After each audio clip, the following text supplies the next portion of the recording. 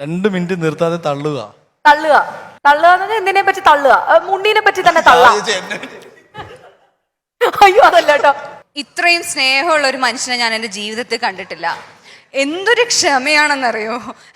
ഒരു സ്ഥലത്ത് ഇരിക്കാൻ പറഞ്ഞാൽ എത്ര നേരം വേണമെങ്കിലും അവിടെ ഇരിക്കും. ഇനിയിപ്പോൾ എന്ത് പ്രശ്നമായാലും ഒരു കുഴപ്പമില്ല.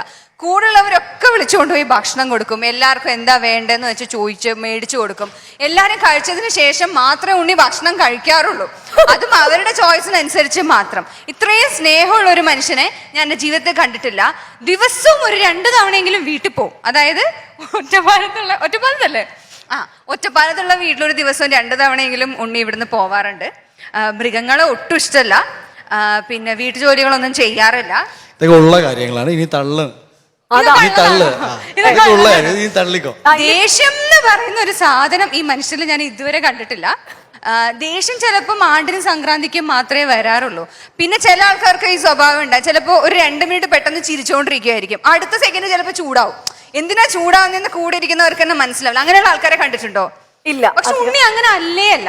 എപ്പോഴും ഒരേ സ്വഭാവമാണ്. എപ്പോഴും ചിരിച്ച് തമാശ പറഞ്ഞിരിക്കുന്ന ഒരു സ്വഭാവമാണ്. അതാ ഇത് തള്ളലാണോ ആക്കലാണോ എന്നൊന്നും ഞങ്ങൾക്ക് മനസ്സിലാവുന്നില്ല. ഓക്കെ നെക്സ്റ്റ് അടുത്തതാണ്. ഇനി you have to throw the രണ്ടാമത്തെ. ഉണ്ണി മാക്സിമം പിടിച്ചേക്കണം.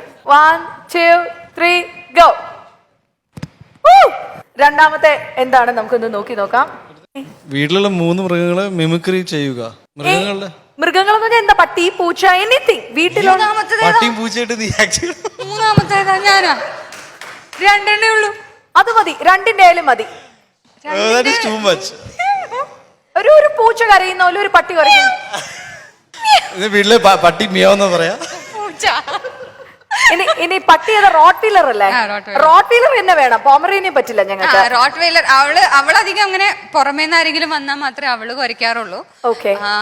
അവള് ഫുൾ ടൈം അവളുടെ ഒരു സ്വഭാവം എന്ന് പറഞ്ഞാ